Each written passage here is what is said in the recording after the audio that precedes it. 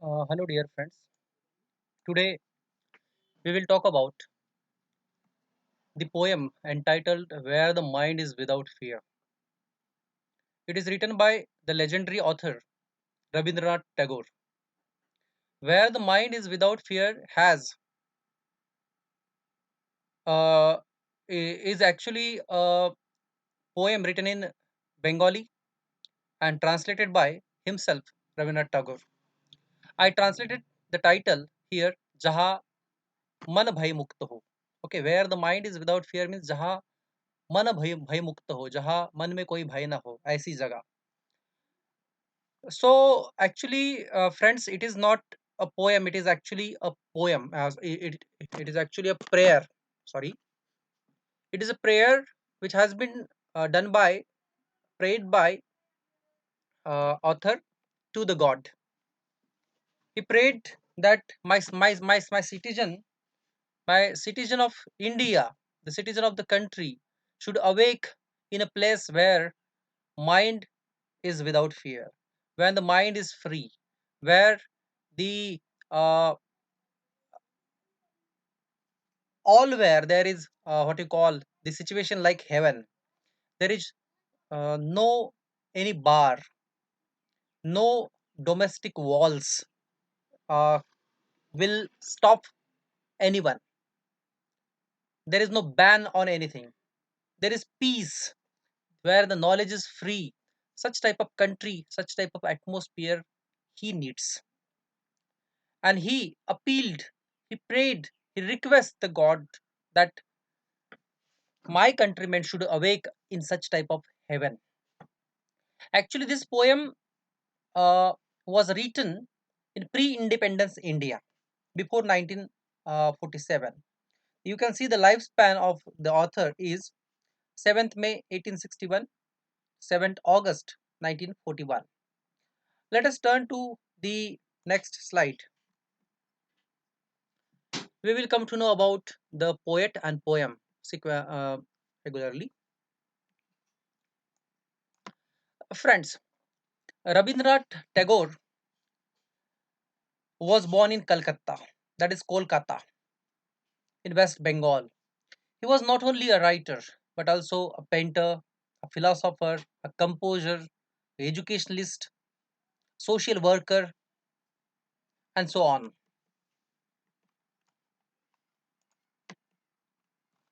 The poem Where the Mind is Without Fear has been taken from his Nobel Prize winning collection of poems, Gitanjali. ये जो कविता है जिसका title है गीतांजलि, ये कविता ली है एक बुक से जिसका नाम है गीतांजलि.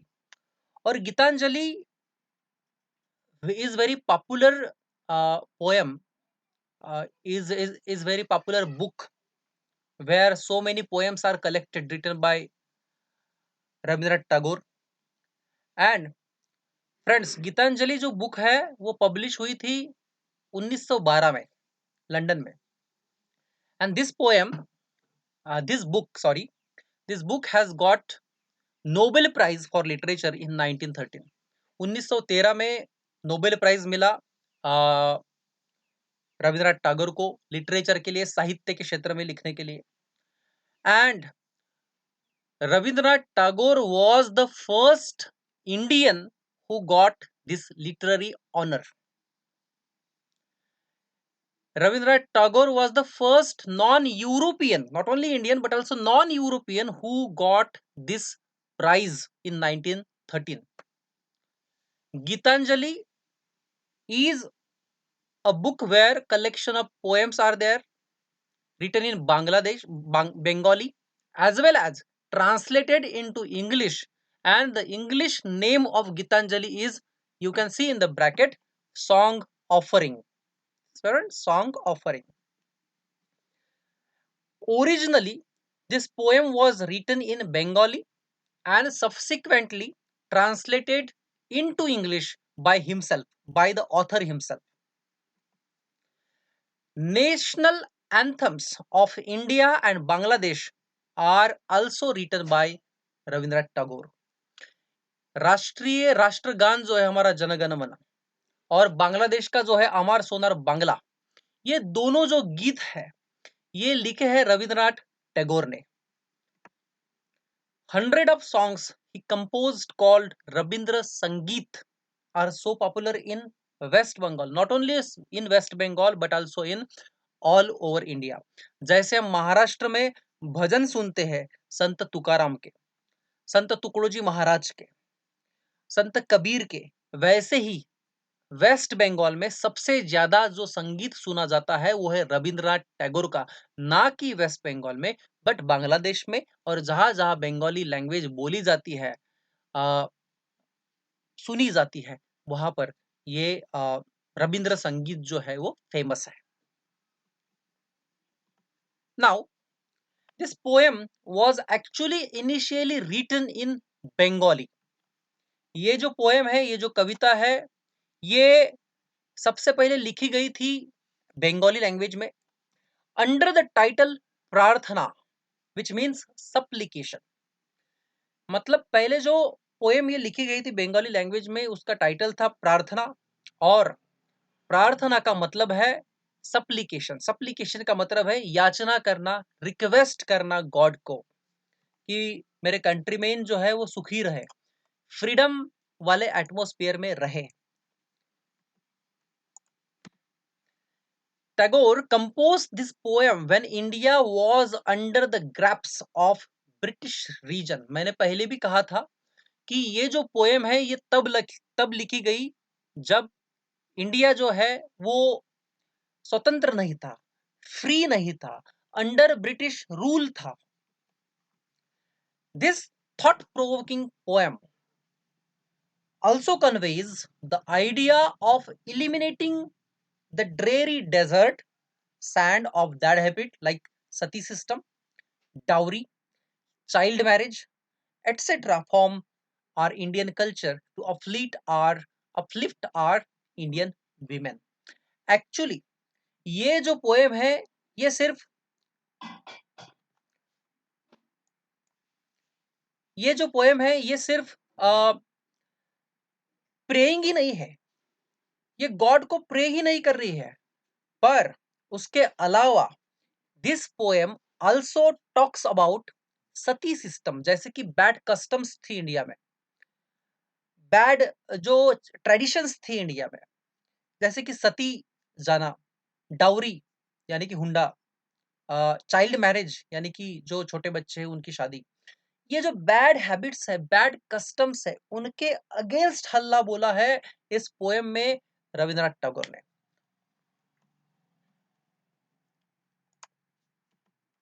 नेक्स्ट थिंग हम जानेंगे यहाँ पर कि ही dwells on the theme of spiritual liberty।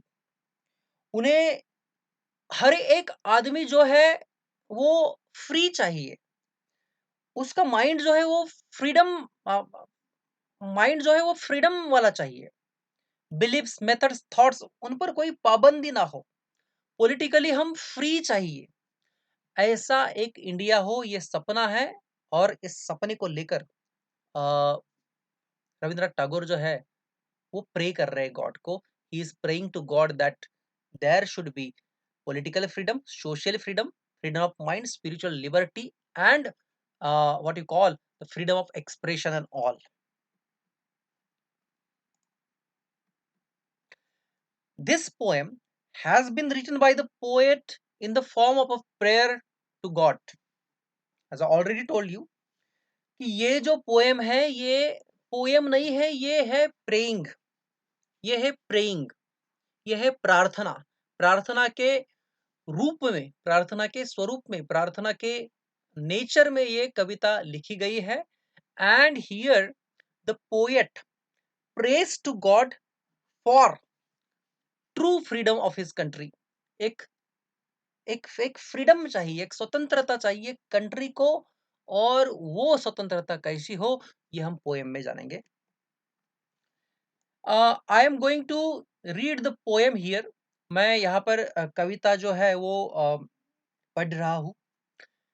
Where the mind is without fear and the head is held high, where the mind is without fear and head is held high, where knowledge is free, where the world has not been broken into fragments by narrow domestic walls, where words come out from the depth of truth, where tireless striving stretches its arms towards perfection, where the clear stream of reason has not lost its way into dreary desert, sand of dead habit, where the mind is led forward by thee, thee का मतलब है you, by you into ever widening thought and action.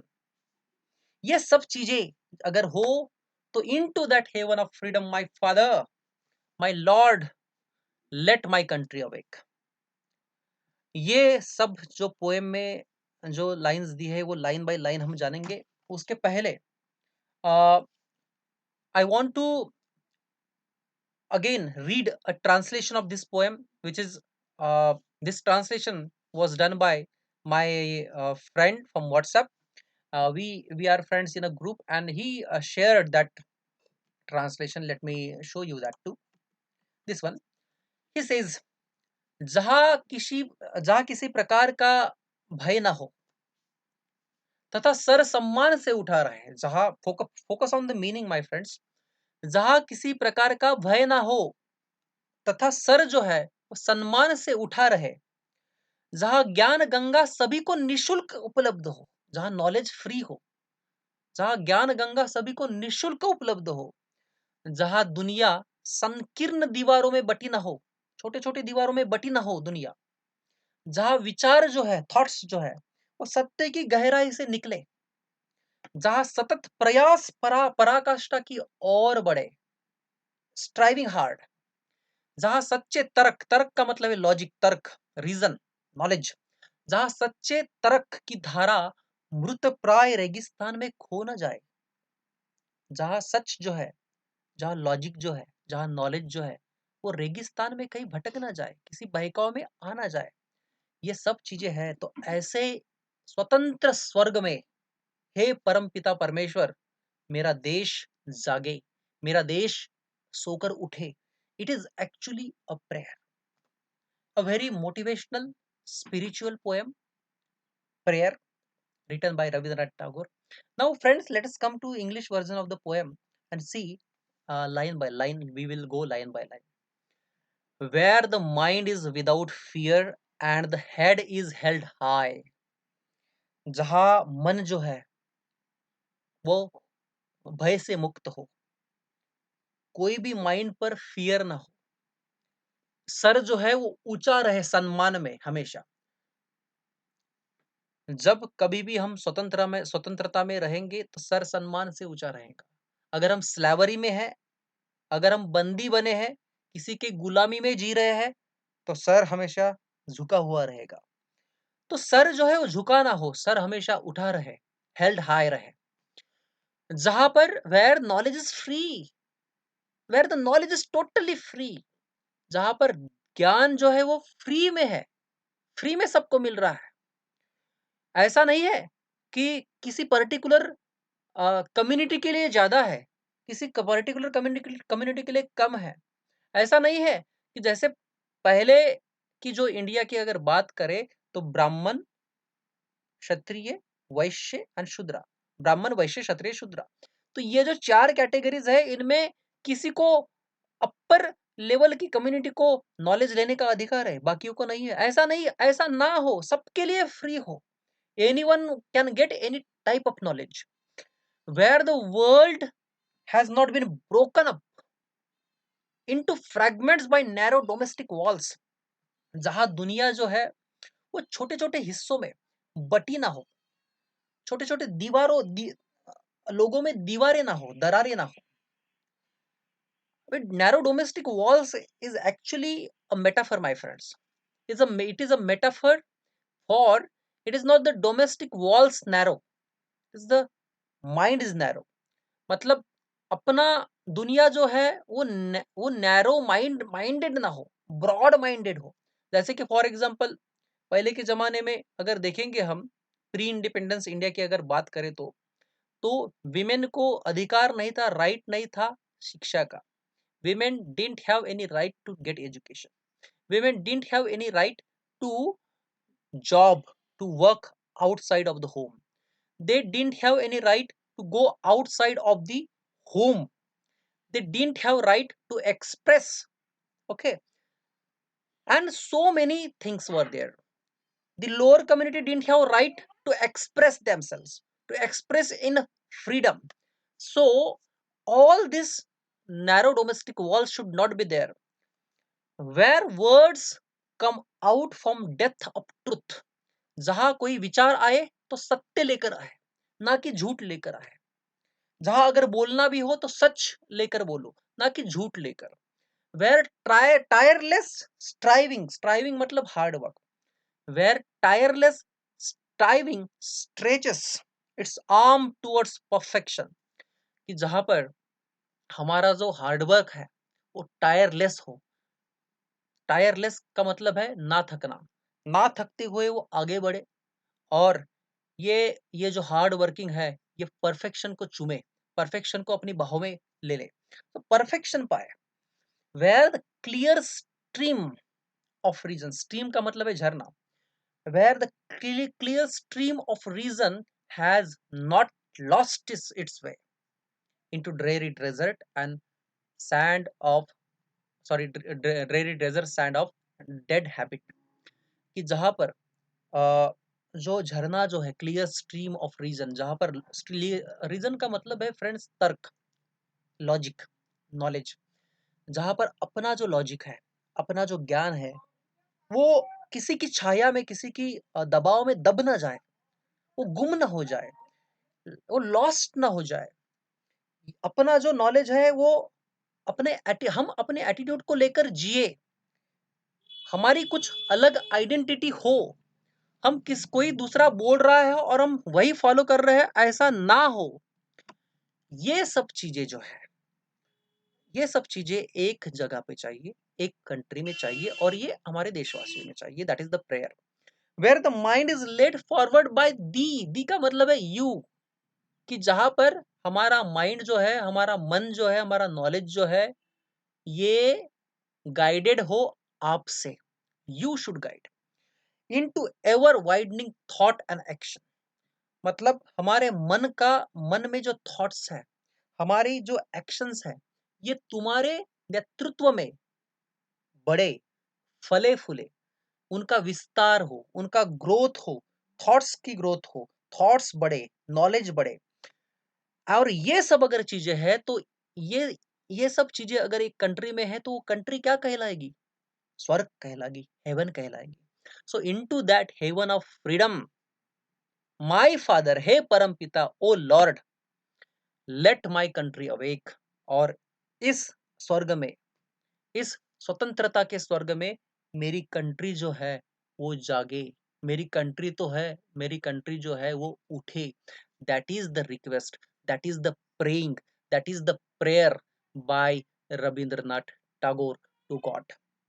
So friends, it is a very motivational poem, spiritual poem, by written by Rabindranath Tagore. Now we will come towards the figure of speech used in the poem. Focus here. Actually, these figure of speech are not in your syllabus, but it is for your information, more information, extra knowledge. So, the first one is, see the first line, head held is high. Sound her, head. The sound her again, held. Sound her, that is high. Head, her. Held, her. And high, her. So at the starting of the word, the sound her is there. This is sound is there. H sound is there. Her sound is, that is consonant sound. अगर ये repeatedly एक line में अगर आता है, कोई भी consonant sound अगर repeatedly आता है, repetition अगर उसका होता है, तो that is called alliteration. Let me write that for you here. That is called alliteration. तो उसे alliteration, अलिट्रेशन अलंकार कहते हैं, अलिट्रेशन फिगर ऑफ स्पीच कहते हैं. दैट इज कॉल्ड अनुप्रास अलंकार इन मराठी. मराठी में उसे कहते हैं अनुप्रास अलंकार, हिंदी में भी अनुप्रास अलंकार ही कहा जाता है। So keep in your mind, अगर एक लाइन है और एक कॉन्सोनेंट कॉन्सोनेंट व्यंजन consonant sound at the starting of the word repeat हो रहा है, तो that is called alliteration. Okay, next figure of speech I want to, ये और एक एग्जांपल है इसका, यू कैन सी ये वाला, just a minute, this is been broken. Okay, the sound b and sound b is repeated. Okay, and it is repeated with a melody, that is why been broken. Okay, it is also an example of alliteration. Okay, so it is for alliteration. Now we will turn towards the next figure of speech used in the poem, that is metaphor. So friends, ये narrow domestic wall, narrow domestic wall का मतलब narrow domestic wall ही नहीं है, narrow mind भी है। और एक अगर बात करें तो dairy desert stand of dead habit, तो डेयरी ड्रेरी डेजर्ट सैंड या फिर डेड हैबिट, ये कोई वर्ड नहीं, इसके पीछे एक मीनिंग है हमारे बैड कस्टम्स, मीनिंग है हमारे बैड ट्रेडिशंस जो पहले से पहले के इंडिया में थी, जैसे कि सती प्रथा है, डाउरी सिस्टम है। ओके, या फिर चाइल्ड मैरिज है, ऐसी जो बैड, या फिर कास्टिज्म है। So such type of bad customs were there, such type of bad traditions were there, that it is this is used for that. Okay, the next figure of speech that we are going to learn is uh, okay, this one, पहले इसको clear कर लूं। Okay, now tireless striving, striving का मतलब है hard work. So hard work, tireless striving का मतलब है hard work. So hard work जो हम कर रहे हैं, it stretches its arm towards perfection. तो हार्ड वर्क जो है वो अपनी आर्म्स जो है, अपने आप को खींचेगा, परफेक्शन की तरफ जाएगा। तो ये आर्म स्ट्रेच करना यानी कि ऐसे करना, किसी को आओ ऐसे करना, सो बाहें जो है फैलाना, it is human quality. This human quality is given to non living thing, this human quality is given to something else.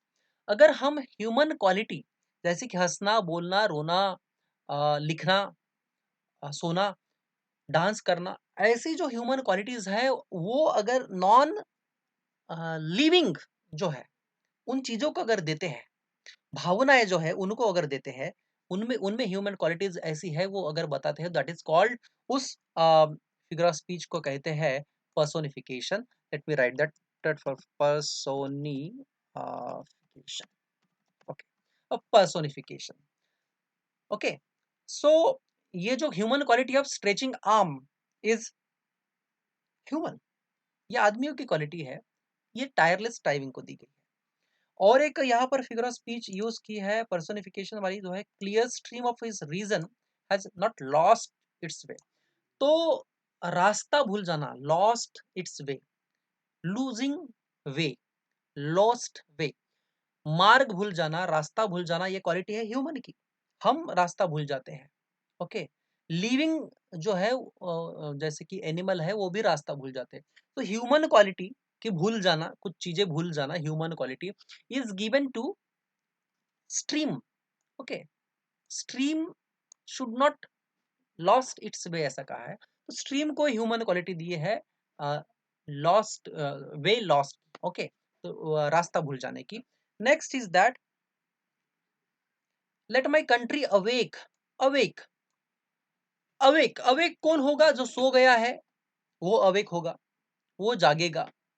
जो actually this awake is not awake only, awake का मतलब यहाँ पर है कि जो देश मेरा स्लैवरी में है, वो वहां से मुक्त होकर नए उसको नया सवेरा मिले, नया सवेरा में वो जागे। ओके, अवेक हो जाए यानी कि स्वतंत्रता पाए। तो ये जो अवेक वाली क्वालिटी है, मतलब सोकर उठने की क्वालिटी है, जागने की क्वालिटी है, ये ह्यूमन बीइंग की क्वालिटी है। ओके, कंट्री की नहीं। तो country has given the human quality of awakening, it is also personification. So in this way, some of the figure of speech were used here, are used in the poem, and mm, please read the poem at your home, study it, and if you have any question, you can ask me in comment box. With this, we stop here. Thank you very much for being with me.